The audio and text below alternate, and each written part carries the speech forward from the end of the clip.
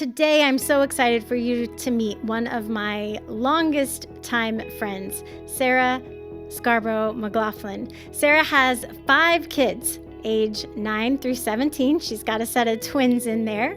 Sarah is a songwriter and singer and studio musician. Sarah's an Enneagram 4. In this episode, Sarah highlights how the desire of a 4 to be seen and known, how that shows up as she mothers her kids and makes them feel seen and known. She also shares how the Enneagram has given her more peace and how she's become less apologetic about her style of being a mom. This is 9 in 9, Enneagram Wisdom for Life. Let's dive in.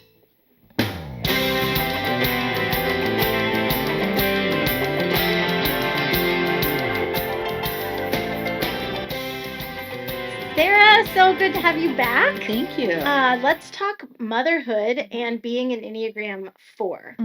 Okay, so you've got 5 kids. The motive of the 4 is to be known and understood and the avoid being ordinary.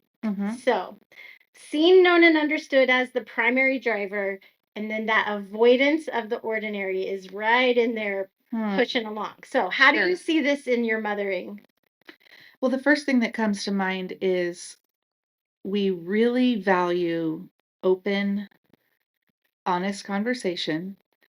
And that means in lots of subjects, sex, what are you hearing? How open can we be?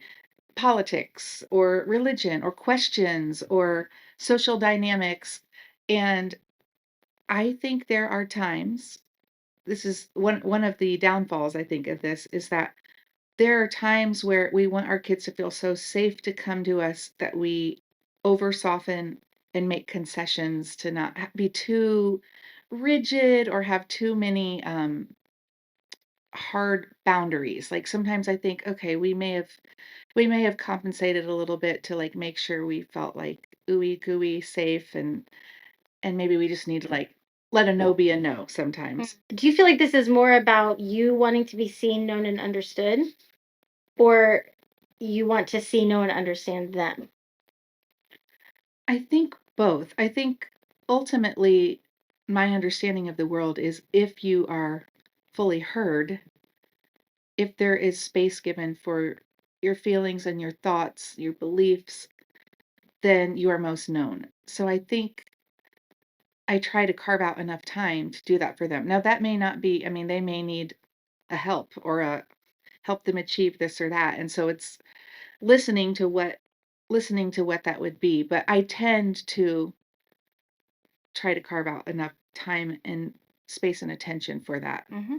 Like that is oxygen in the air, is affection and esteem, and you're hearing that from your kids. That's awesome. So that filled my cup. That thinking, okay, we have made a lot of space to be comrades too. Like we are parents, there are rules, but I do feel like we have this open dialogue, and that made me feel like that's working. So also in that heart triad is the underlying current of shame, sadness, grief. So we kind of have to call it by several names because it kind of is influenced by subtype and all that. Shame, sadness, and sadness, grief. Okay.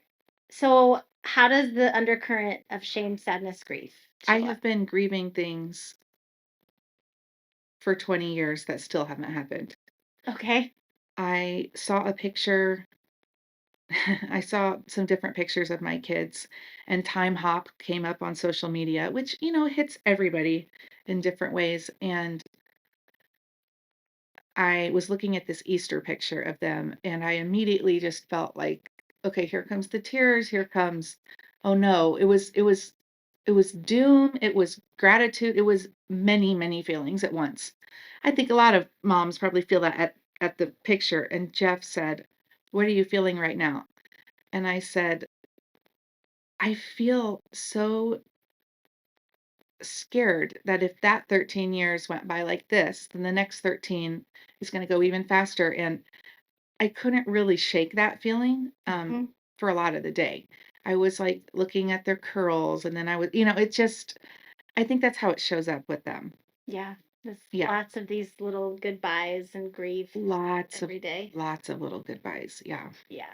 Mm-hmm. Yeah. Okay, let's talk about how the 4 has this dominant emotional center, and it's supported with thinking, and then the repressed center of intelligence is the doing. Mm-hmm. So often we see that 4s get in their feelings, and then they're thinking so much about what they're feeling, Mm-hmm.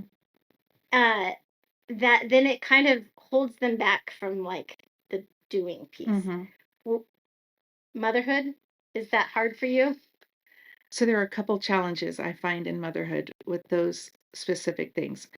One thing is that doing is the most repressed center when I have to do repetitive tasks. So with 7 people in our family and the bleepity bleep dog, Yep. there's so many people to keep alive and keep fed. And when I get into like, I have been in the kitchen doing these menial things, it's so low on my value. Like, feeling is up here, thinking is it's important.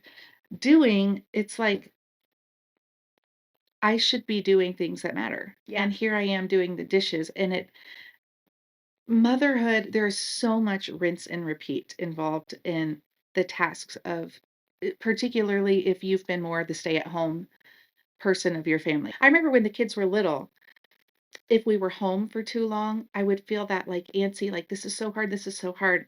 And as soon as we packed up and we got to the Children's Museum, we got to Conner Prairie, we got to places and we were doing, we all functioned better, probably because they were picking up on my energy that I was functioning better. Yeah, that's such a good example. Sarah, how has knowing your Enneagram number, being aware of more than just the Instagram version of the number, but being like going deeper, studying it, talking about it in a group of people that know their numbers, like how has that benefited you as a mother? I think knowing my number, especially as I get older, I feel less apologetic about the way I'm parenting my kids, the way I'm leaning in through certain lenses. I think a normal part, probably for all the numbers for different reasons, but I feel like I'm sensitive. And if anybody says, don't be so sensitive, or you guys are being too serious, or um, you guys aren't disciplining hard enough, or anything that touches that, I think more and more I can hear it and I can decide when I want to take inventory of that and self-reflect. But a lot of times I think I'm wired this way and I'm the mom that was given to these kids and they're the kids that were given to me and I can only lean into where I'm strong. And I've had more peace around that knowing my number. I can't believe how many great pieces of wisdom have come in this episode and in this entire series. I love every piece of wisdom that has come out of these interviews. And truly, we can learn from every mom that has been on the podcast. You don't have to only learn from your own number. So I wanted to put together something very simple, one page with one piece of advice from each of the wonderful women that have been on the podcast this month. It's yours. It's free. Just go to the show notes and go to the free PDF link and I'll send it to you right away.